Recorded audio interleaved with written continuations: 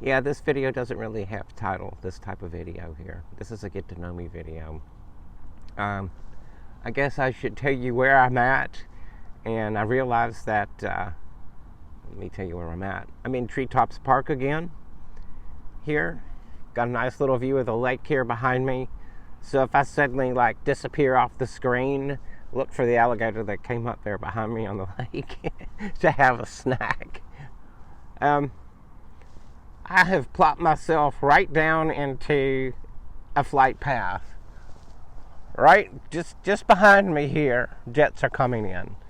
But I feel like the ambient noise is less over here, even with these jets coming through, than it was in Volunteer Park. So because I just filmed a couple videos over there, and the background noise was, I can't figure out where the noise was coming from, because I don't remember hearing it when I was making the video. I'm not sure how this video is going to go, where it's going to go. But I mentioned before in this week on here that I was going to make a video about something that some people say you shouldn't make a video about or share. Some people are like, I think it's a really good idea that you do that. So I'm going to talk about how I transformed some really bad experiences in my life into something good. And it took me a long time to realize that these experiences I had, maybe, I don't know if I should pause when these jets go over. Usually when I listen to these videos afterwards, it's usually not as loud in the video as it sounds when I'm sitting here. But let's go back into my childhood. I was adopted by some, who adopts children? They must be really good people in their heart, to adopt a child. And so I'm not going to say I had bad parents. I just had parents who, probably like most parents, and I'm a parent myself, not a very good one, but I am. But nobody knows what to do. The experienced parent, a parent that's already had a child, they have a clue. But those of us who start off from scratch, we don't know crap. So, anyway, our family had a business with military contracts. And it was a food truck business. It went on for 33 years, I believe. I'm not sure if that's the exact number, but it went on for 33 years. It was started by my uncle. And he's one of the first people who brought frozen pizzas to grocery stores. Anyway, that's all in the past now. It's all of that's gone. It doesn't exist anymore. The buildings on the military bases, that's all gone. There's not a trace of it left, except for this scrapbook I have, and then other mementos that all the different families have. So anyway, so my dad's a good guy. He was in 101st Airborne. He got out and walked right into a family business there. And then my mother grew up with 3 siblings, and her parents own their own businesses.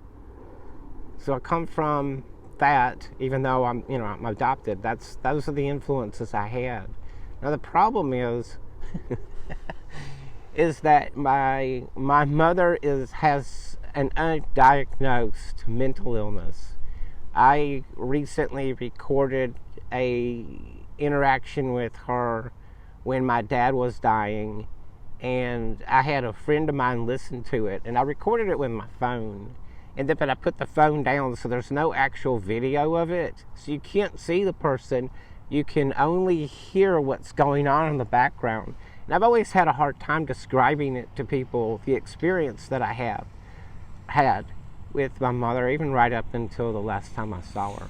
So anyway, there are 3 distinct personalities you can hear come out in that recording. My friend noticed it right away. I was like, here, I want you to listen to this. This is my experience through childhood right up until the last time I saw my mom. So there are three distinct personalities there. There's this really good person inside of her who I call the good Christian, who wants to do good things for people, who's generous, who's giving, who's kind, who's loving. Then there's that heiress to the throne who scoffs at anyone that I don't know how to say it. You know, she's like everyone's a servant to her. Her wants, her needs, her desires. And so anyone that disagrees, there's like off with their heads kind of attitude about it. And then there's the belligerent drunk who will be the complete opposite of the good Christian, who will cuss and drink and say things. Now, she stopped drinking back in the 70s, but the cussing, and if you've ever been around what you might consider a belligerent drunk, you'll know the kind of personality that I'm describing. So there's three different personalities. The effects that has on a child, at least in my experience, is that when she was moving between these different personalities, she was saying such insane things that by the time she finished one sentence and moved on to the next sentence, you couldn't comprehend what she's talking about.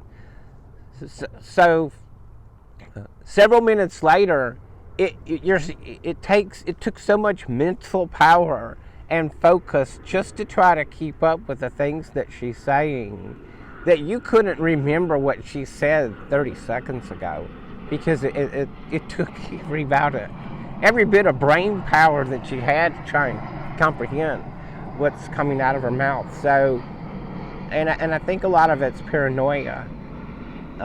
At least that's what it seemed like to me. You know, remember, she's not officially been diagnosed.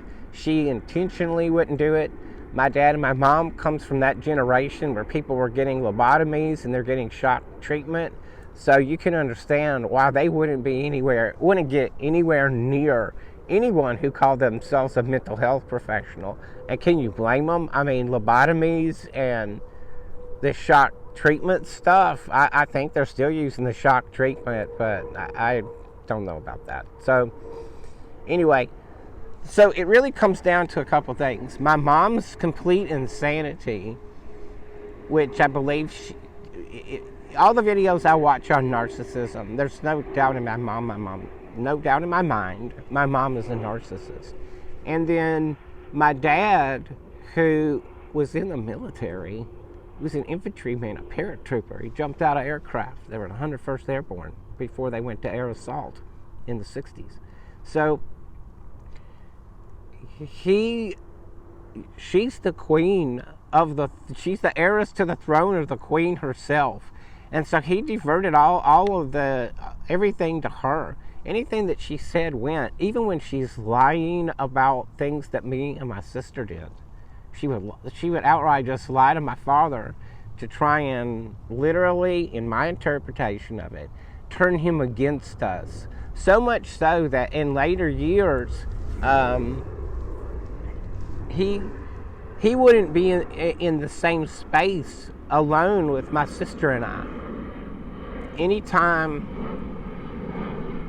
that we were alone with my dad, even for a couple minutes, he'd call my mom to be in the room. So she had obviously convinced him that we would, I guess, I really don't know, but that we would try to turn him against her, or we would lie, or we would try to talk him into something. Like what? I don't know. But it clearly, he would never be alone with us. So that's that.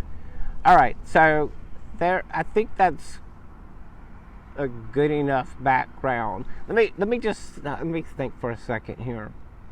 I'll bring this up in a moment, I think. Okay, so that's the mental abuse. So there is the emotional abuse. There is like verbal abuse. So cussing at us, making false accusations. Here's the thing. I bet a lot of kids probably say this, and it might not be true. But my sister and I, we knew we were adopted, and that we had been given a gift of a family. I guess I don't know what else I would call it. We were gifted with a family that had taken us in. Nobody knew how crazy my mom was, though. But so that gets revealed as time passes. So there's the mental abuse, physical, emotional abuse, and then there are things like the threats. We would be threatened that if we told anybody we were abused at the home, that we would be taken and put in a home, is how she phrased it. They're going to put you in a home. And she explained the home as like it's where all the other children who aren't adopted go to be even more abused than the abuse we were experiencing. So she said we would be raped when we went there. She said that they would sell us to other people when we went there.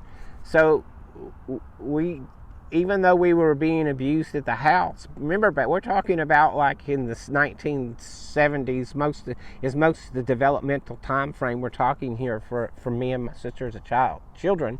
And there is, back then, it was completely acceptable for people to beat their children. Now, there was a certain line that was crossed. I don't know when or how, but there's a certain line that's crossed back then. And I don't know when that would be, but every time I threatened, I was like, well, I'm just going to call the police and tell you, well, they're going to send you to a home. You know what's going to happen to you there. Those are the things my mom would say. Okay, so time goes by, and I guess I should share this story because I actually wrote it in a blog once. Time goes by, all of that insanity's going on, and here's the other thing. I didn't want any gifts. I didn't want gifts for my birthday. I didn't want any presents or anything for Christmas. I never wanted to have my birthday celebrated, and I didn't want holidays to be celebrated because, excuse me, there was always some kind of baggage attached to those things. So if my mom gave us a gift, there was some kind of expectation out of that. Like, my impression was that we were just supposed to worship her, never question her, and I really can't think of anything beyond that. So, all right. We're growing up, time passes, and then my uncle, my mom's brother, dies in a plane crash. I think that's what really pushed her over the edge, because I remember there was a time when my mother seemed to have just disappeared overnight from our lives for a period of time, and then she just came out of her bedroom one day and was back in our lives. But the mental abuse was much more intense. It was worse on my sister than it was me. And so, because I think she's trying to live, I think she was trying to live through my sister. What did they say? Live vicariously through another or something like that. So anyway, time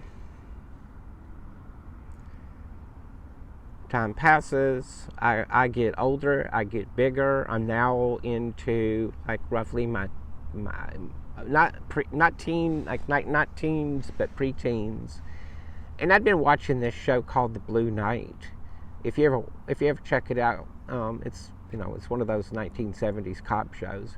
But anyway, so what I always was fascinated with in The Blue Knight is he used his nightstick instead of using a gun for a lot of situations.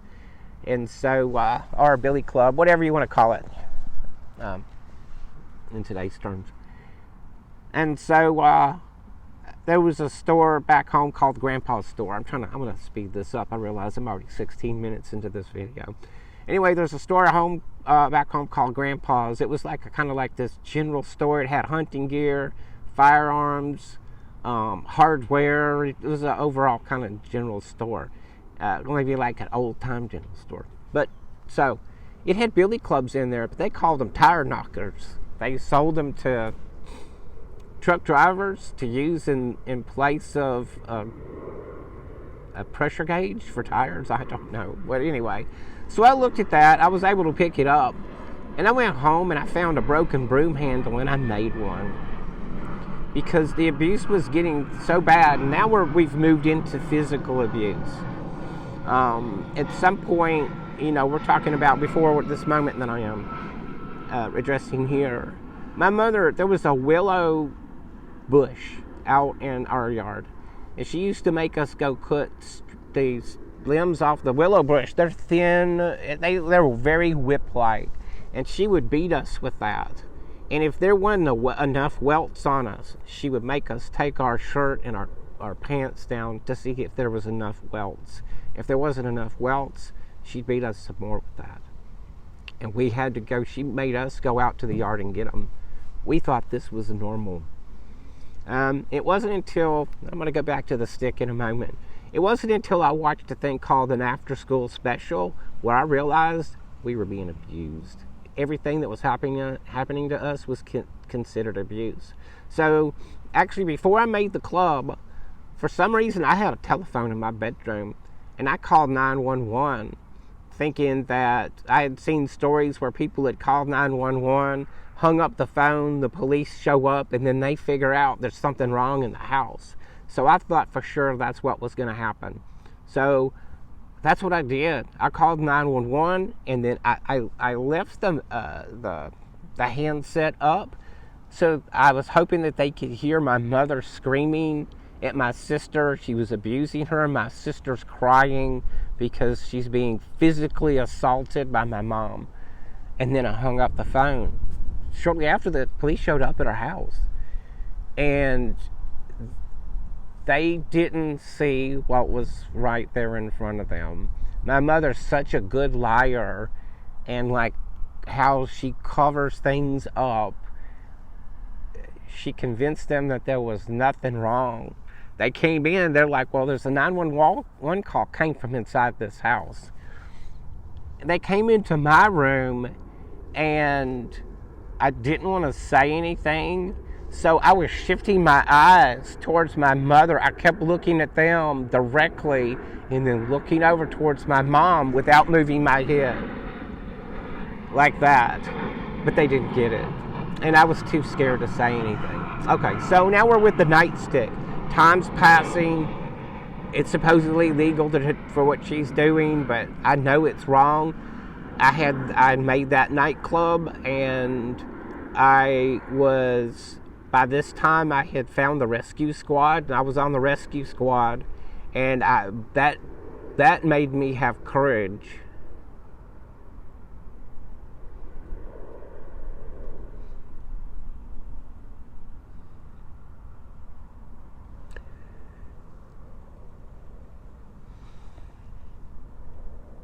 That I didn't know that I had inside me. And so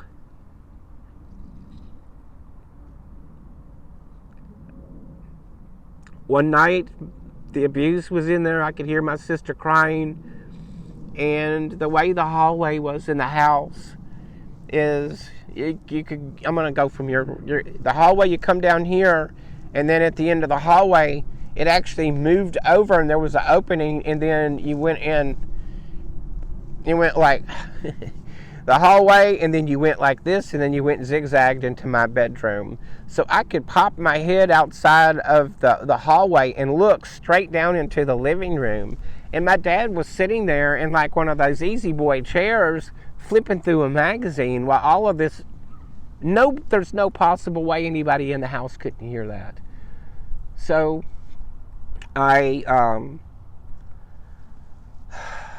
I looked out there, and my dad's just sitting there, and I couldn't believe it. And I had told him multiple times before that we were being abused by Mom, and he never believed me. And then he said, well, I asked her, and she said no. She's a good liar, I'm telling you what. So, anyway,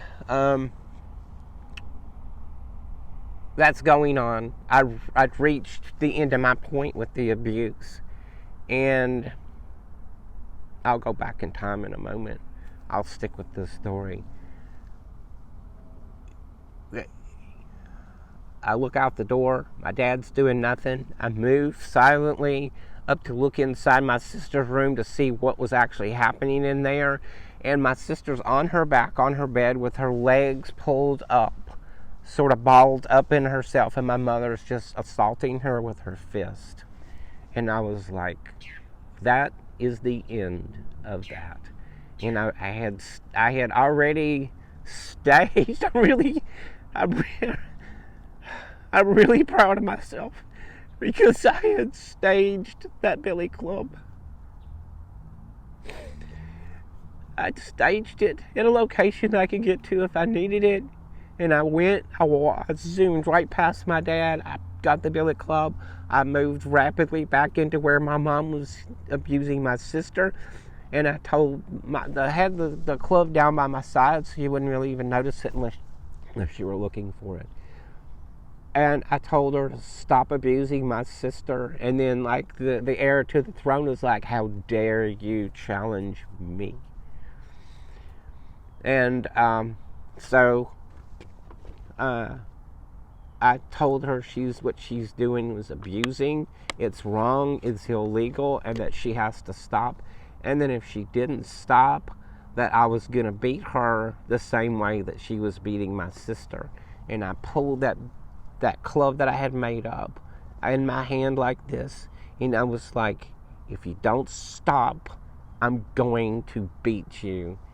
And the look on her face was fantastic. I'll always have that little gift of the fear she experienced for that moment is the fear that my sister and I had been living in. And yeah, I relished in that. I still do. Like, that's like a gift. So,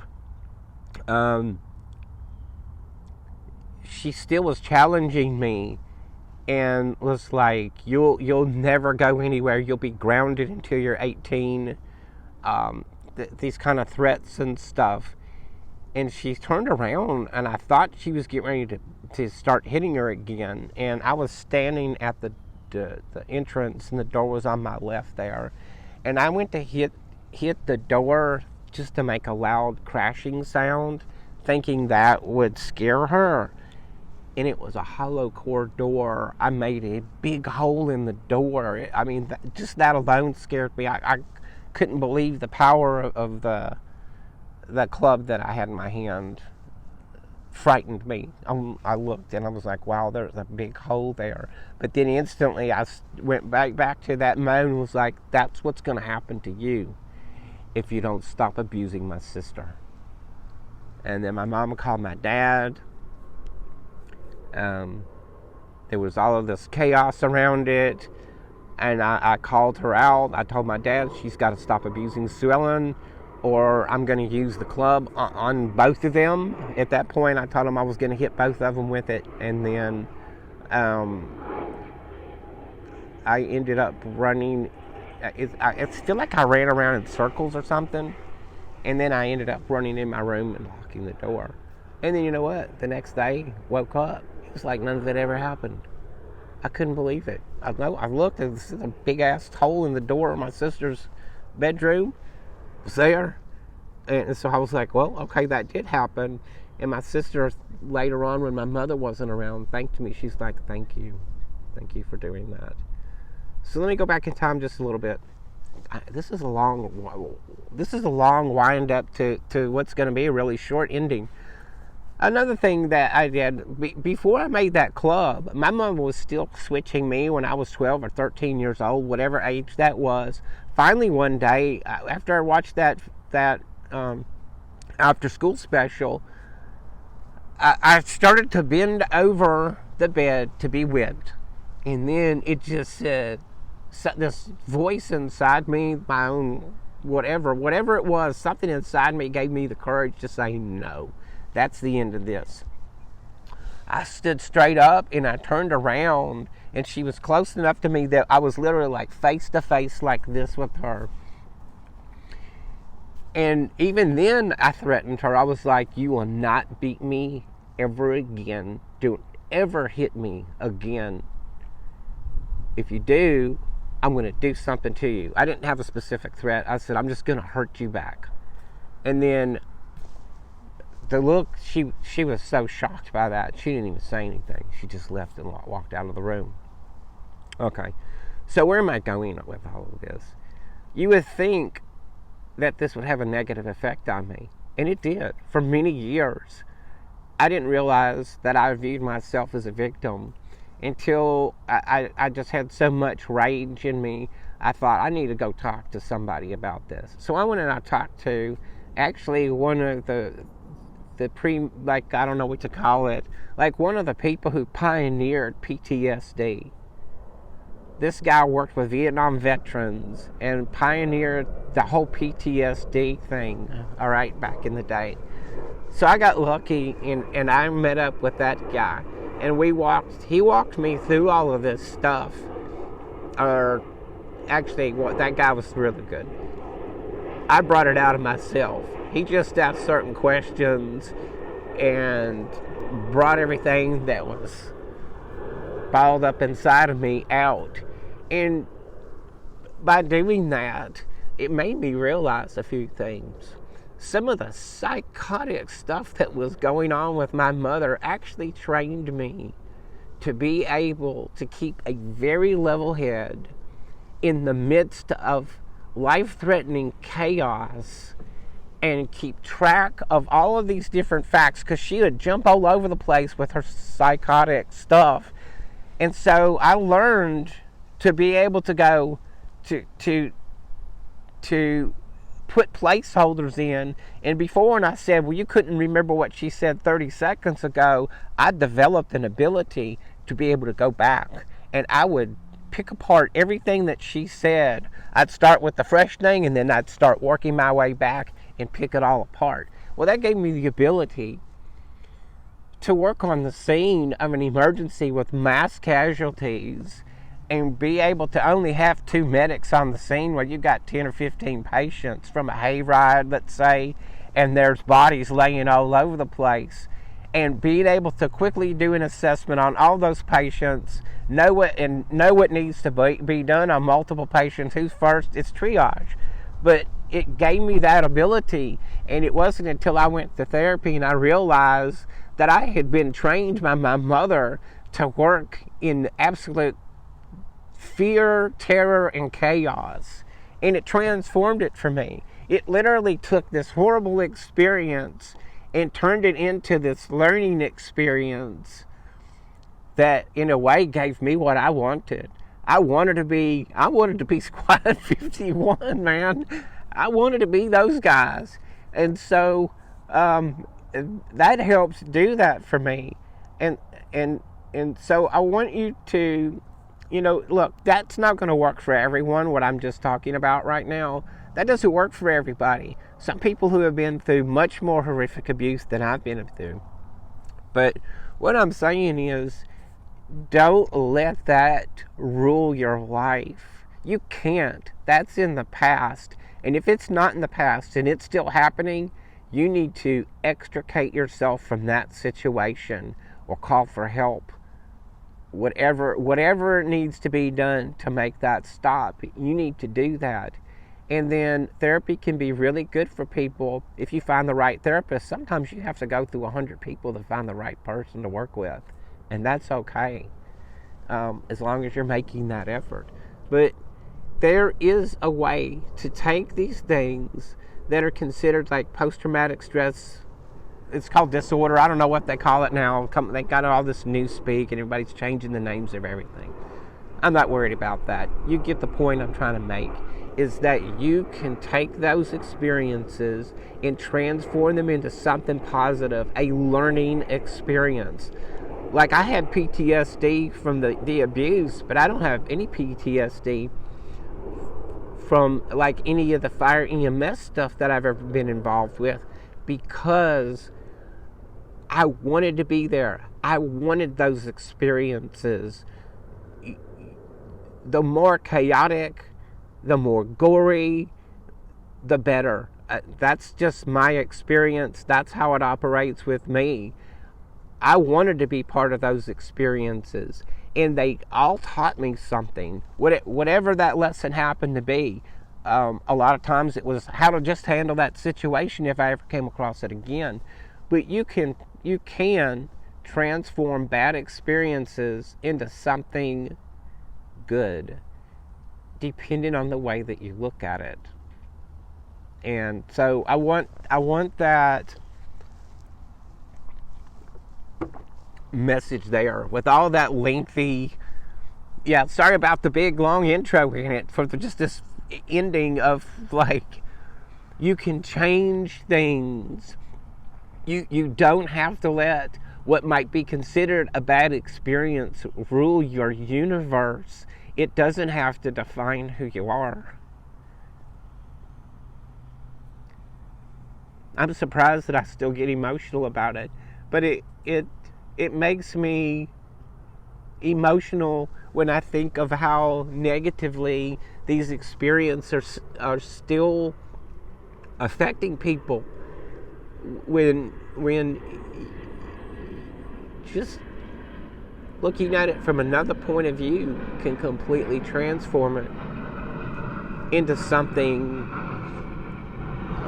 I say good, because if I've learned something, here's the thing, I'm going to tell you this probably 1,000 times over the years, I don't have bad experiences anymore, no matter what the circumstances are. They're all good learning experiences based on, one, not having a investment in outcome of whatever. I don't have an investment in the outcome of any situation. I'm always of the opinion, well, we'll see what happens next, because that's really the only power that you have in a way, besides the ability to transform bad experiences that's gone into good experiences. Or I don't have bad, or like I say, I don't have bad experiences. I don't even have good experiences. I just experience things. Now, certain things make me feel certain ways, but as I've gotten older, or as at the making of this video, I'm 59 years old. As I've gotten to this age here, all experiences that I have are all good in a way, because I'm learning, and learning is very, very fulfilling and uplifting. I don't have disappointment, because I don't get emotionally invested in the outcome.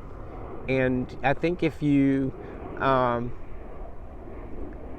sort of just have another point of view, you'll get caught up in all of these traps that can make you feel like a failure, that can make you feel sad, they can make you feel all of these range of emotions that don't serve you well. Yeah.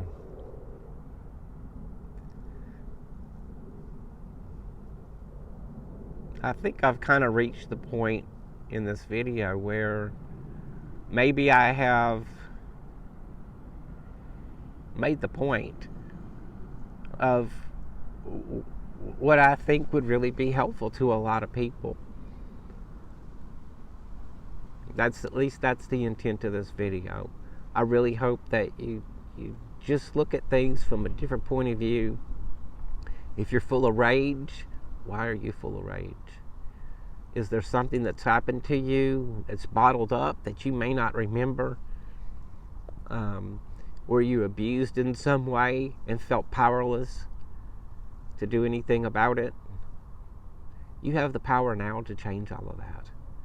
Today, this very minute, you can do that. It does take work. what do they call it? The Buddhists, I think, have this saying called one taste. And that's what I'm trying to describe, is everything is one taste. Doesn't taste good, doesn't taste bad, it just is. And you can transform things into just an experience if you really want to. But it does take work. And the work I'm referring to is being present in the moment. I know it's getting all new agey, but there's validity to that. If you're present in the moment, you're not living in the past, you're not living in the future, you're right here now. You have an unimaginable, unbelievable amount of power to make things better. Now, right this minute, all you have to do is decide to do that and then stay in the present. And then the Buddhists also have this thing called monkey mind. Your monkey mind is, anybody that's tried meditation knows exactly what the monkey mind is. And the monkey mind is all of those, we all have these thoughts that are, it seems like our brain never shuts up. And there's always some kind of continuous thought process that's going on. We may be aware of it, we may not even be aware of it. However, that's what meditation's all about. It's about recognizing that you have all of these thoughts going through your head and then calming the mind down and telling the mind, the inner mind voice, to shut up and leave you alone and give you peace. And you can do that, but once again, it comes back to being in the present moment. Not the future, not the past, right now. Yeah, that just went all new age, didn't it? However, I'm just telling you, that's worked for me. And in the way that I view my life experiences, my experiences day to day. What happens at home, what happens when I'm out on the streets, like I'm here in the park, whatever. I'm not having a bad time. I'm not having a good time. I'm just here, and it feels damn good. Do you get what I'm saying? I hope that you do, because I want you to stay in your heart, and that's like the best place that you can be. If you're in that space all the time, in the present, inside your heart, and letting that good vibe, love, energy, whatever you want to call it, I think that you can have a better experience. And I hope anybody that watches this video actually gets something from it. I hope that I've found when I've watched videos like this, that it's either reinforced what I've just said here today, or just made me feel better to know that I'm not the only one. Yeah. Sorry about the emotions, but that's just the deal. Sometimes they come up. Yeah, if you found this video helpful, or you have your own experiences, this video is going to be up on YouTube. I really would appreciate it that you'd leave a comment one way or the other, or just share your own experience there. That would be really great. Okay, I've got cotton mouth. I need to drink a bunch of water, and I feel like this video is almost running. It'll be 40 minutes before I even finish this sentence here.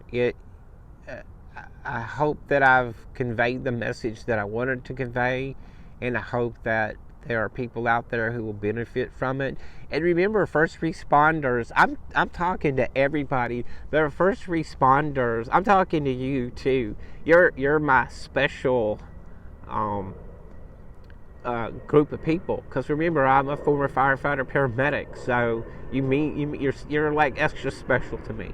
And so I hope that you understand that it's okay to have the feelings that you're having, and that there's a way to change it, and that you should, and that I guess I should definitely say this. I can tell you this: suicide won't make things better. So if you're having those kind of thoughts, you need help. You need help. There's a suicide hotline. I don't know what the number is. I'm going to put it up on the screen here to make sure that you have access to that. But you're not alone. If you're having suicidal thoughts, get that shit out of your head now. No matter what is going on in your life, no matter what it is, there's a way out. There's a way out, okay? I mean that. It may take some hard work.